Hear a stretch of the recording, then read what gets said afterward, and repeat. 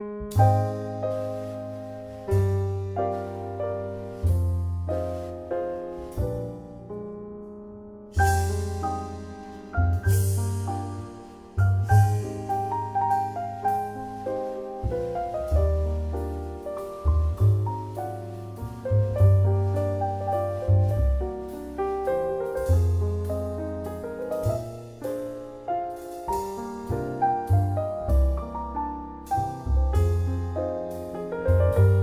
the event of a fire, every second counts. In only 30 seconds, small flames can get out of control and turn into a major fire. In only minutes, an entire building can be filled with smoke and toxic gases, and room temperatures can reach up to 600 degrees at eye level. Temperatures in this range can scorch the lungs and melt clothes to skin. In 2003, home fires caused more than $6 billion in property damage. These fires claimed the lives of 3,145 people, not including firefighters, and injured another 14,075. There were an additional 198 fire-related deaths in the workplace. Fire clearly represents a serious threat to health and safety, both on the job and off. The danger of fire can be eliminated or minimized by knowledge. Understanding the mechanism of fire is fundamental to dealing with it. Prevention. It is best to take actions which prevent fires from occurring in the first place. Protection. Proper fire protection equipment and techniques can limit damage and injury. And fire response. Knowing how to react to a fire.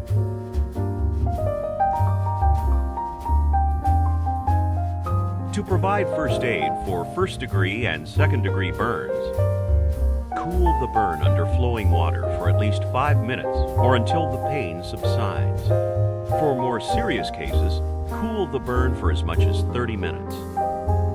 Cover the burn with a sterile gauze bandage. Wrap the gauze loosely and do not put direct pressure on the burn. Do not use fluffy cotton, which may stick to the burn.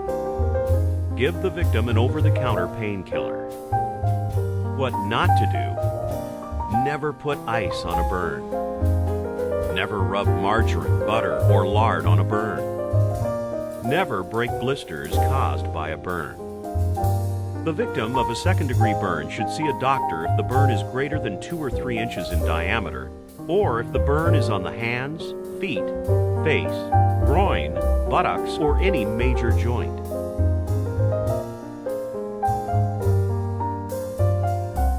Always remember to call 911 as soon as possible during any health emergency. First aid is intended as a stopgap measure to help the victim until trained emergency help arrives. The sooner you call 911, the sooner trained emergency personnel can begin attending to the victim. Once you've called 911, provide what first aid you can and stay with the victim until help arrives. Also, when providing first aid, remember the acronym Dr. ABC for providing the first 5 steps. As a reminder, Dr. ABC stands for check for danger, check for responsiveness, check airway for obstructions, check for breathing, check for circulation. If the victim's airway is blocked, clear it. If the victim is not breathing, provide mouth-to-mouth respiration. If the victim has no circulation, provide CPR. If an automated external defibrillator is available and needed, use it to restore the victim's circulation. The rest of this module will provide first aid tips for different health scenarios with the assumption that you've called 911 and performed the initial Dr. ABC steps of first aid.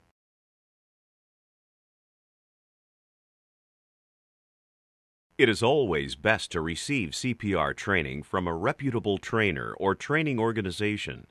Many organizations, including the Red Cross, offer programs in CPR. There is no better way to prepare yourself to use CPR than to take one of these training courses, and they're highly recommended. Your employer may even facilitate such training. Remember, it's always better to learn CPR before an emergency happens.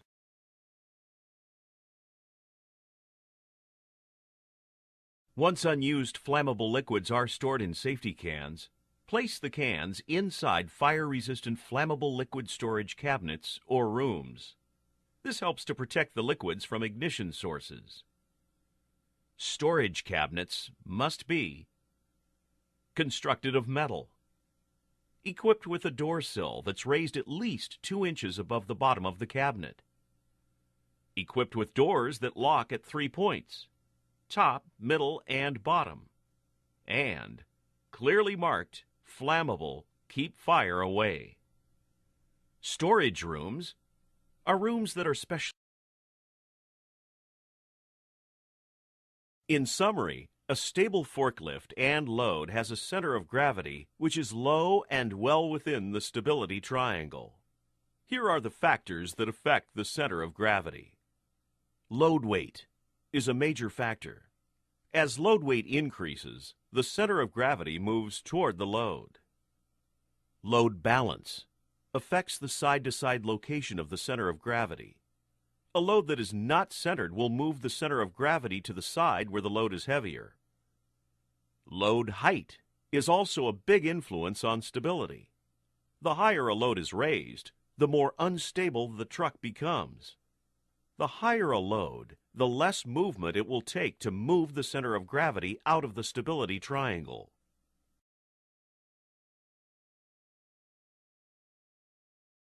Stabbing can result from having the forks extended too far out of a load. This can happen at floor level when first approaching a stack, or higher up when placing the product in the stack. As stated earlier, if you don't know where your forks are, get out of the cab and take a look.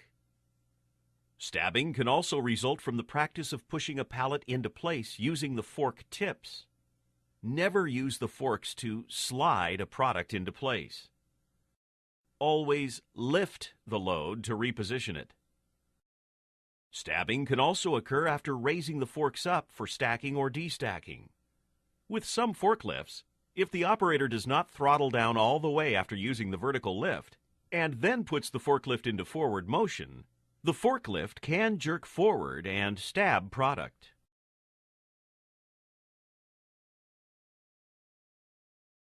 Formaldehyde is a colorless, pungent-smelling gas. The most commonly known form of this chemical is as an aqueous solution used for embalming and preserving biological specimens. It is widely used in a variety of other products, predominantly in the production of resins and adhesives, such as those used in the manufacture of particle board and plywood. Formaldehyde is an irritant at levels as low as 0.1 parts per million and a threat to life at the 100 parts per million level. This module describes some of the uses of formaldehyde, how it can affect the body, and how contact can be minimized.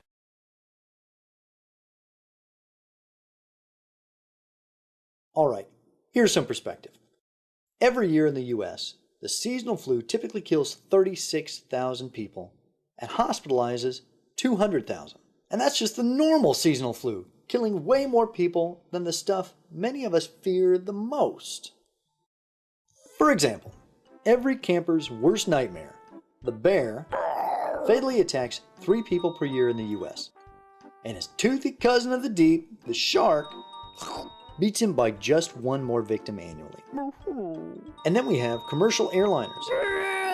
Those giant metal tubes hurtling overhead every 15 minutes, claiming the lives of 120 Americans every year. Now, while tragic, these numbers pale in comparison to the body count of the micro-terror we call the seasonal flu. Now, the very real concern shared by leading global health organizations is that without coordinated prevention efforts, the current pandemic could increase the worldwide flu fatalities from tens of thousands to hundreds of thousands or even millions.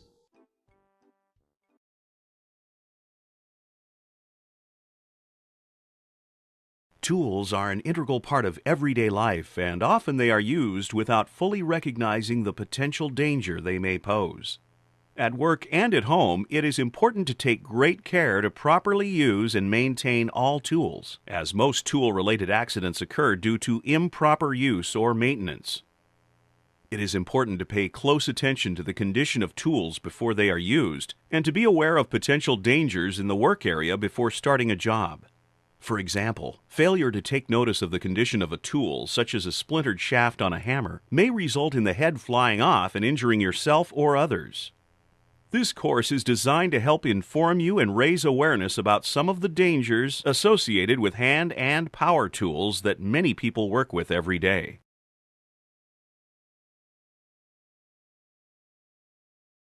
Your hands are a complex and important part of your body.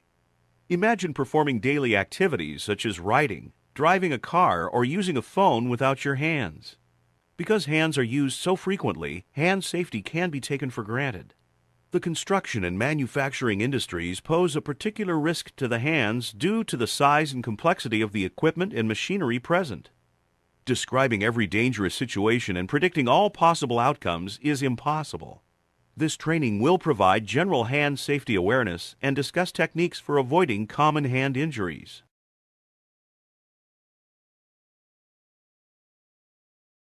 Washing your hands removes germs from the surface of the skin. The longer you wash your hands, the more germs are removed. It is recommended to wash your hands vigorously with soap and water for 20 seconds. This will kill about 99% of the germs, which is safe enough for most purposes.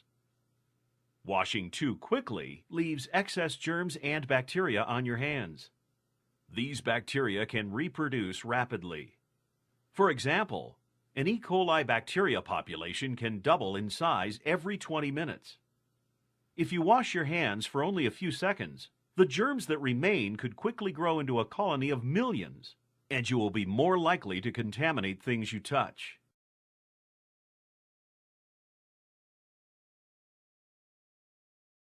There are at least 3 situations where containers of hazardous chemicals may be labeled. First, at the manufacturer, before the chemical is shipped.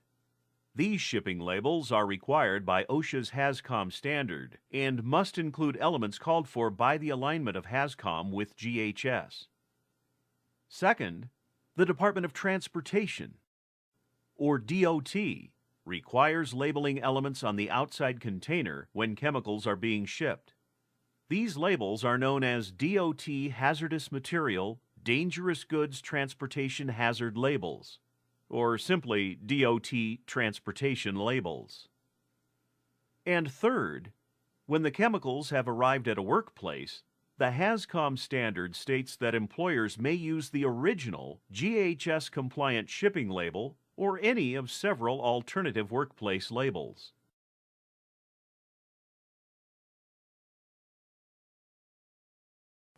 Of the total workforce, more than 30 million workers are potentially exposed to one or more chemical hazards. There are an estimated 650,000 existing hazardous chemical products, with hundreds of new ones being introduced annually.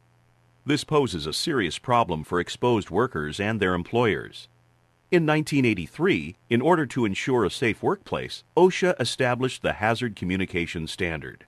This standard is based on a simple concept that employees have both a need and a right to know the identities and the hazards of the chemicals they are exposed to when working.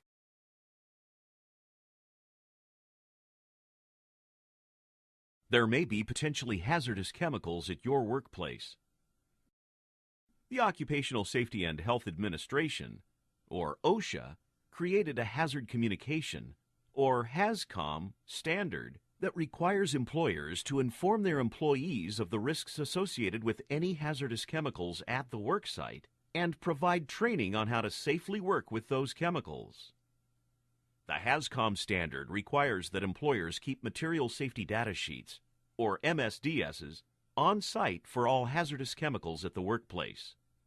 The MSDS provides information about a chemical, including exposure limits, health effects, routes of entry into the body, emergency and first aid procedures, personal protective equipment requirements, handling and storage instructions, and more. The MSDS is the most complete source of information about a chemical at the workplace.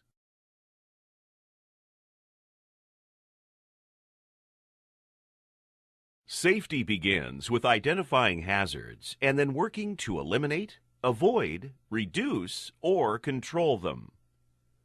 A hazard is any situation or condition with the potential to harm life, health, property, or the environment. Hazards exist in all walks of life, at your home, on streets and highways, and in every workplace. Hazards can be placed into at least three main groups. Physical hazards, related to working around dangerous moving machine parts, mobile equipment, and energy sources. Work environment hazards, associated with noise, air quality, toxic materials, or other job-related conditions. And performance and behavioral hazards, resulting from a lack of hazard awareness, inexperience, carelessness, and/or insufficient training.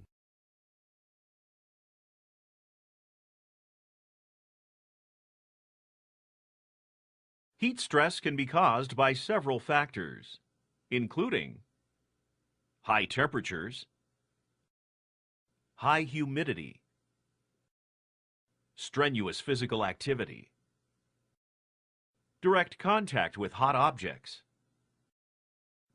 being close to radiant heat sources, and working in enclosed work areas.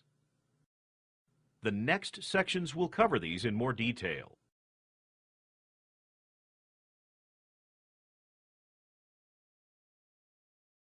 In most cases, if airborne concentrations of hexavalent chromium are higher than the permissible exposure limit, employers must use engineering and work practice controls to reduce the levels to the Pell or below. An example of an engineering control is the use of ventilation systems to remove hexavalent chromium from the air. An example of work practice control is having welders stand upwind of welding activities that can produce hexavalent chromium. Employers are not allowed to rotate employees to different jobs to comply with the Pell.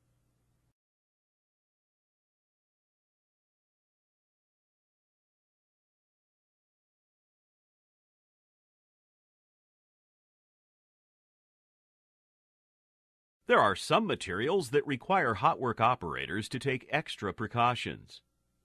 For example, when performing hot work over a floor that is combustible, the floor must be kept wet, covered with damp sand, or protected by a welding blanket or welding pad.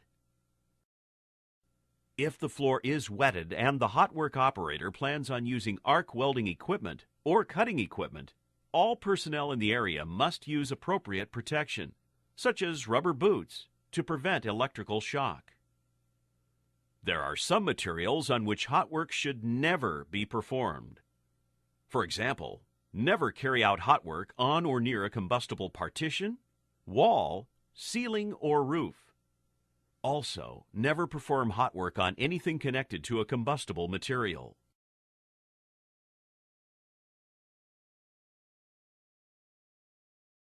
The permit issuer must assign a fire watch to the hot work site if there is a chance of anything other than a minor fire developing. A fire watch is also required if combustible materials in building construction are located less than 35 feet from the hot work site. Combustible materials are located more than 35 feet away from the hot work, but are easily combustible.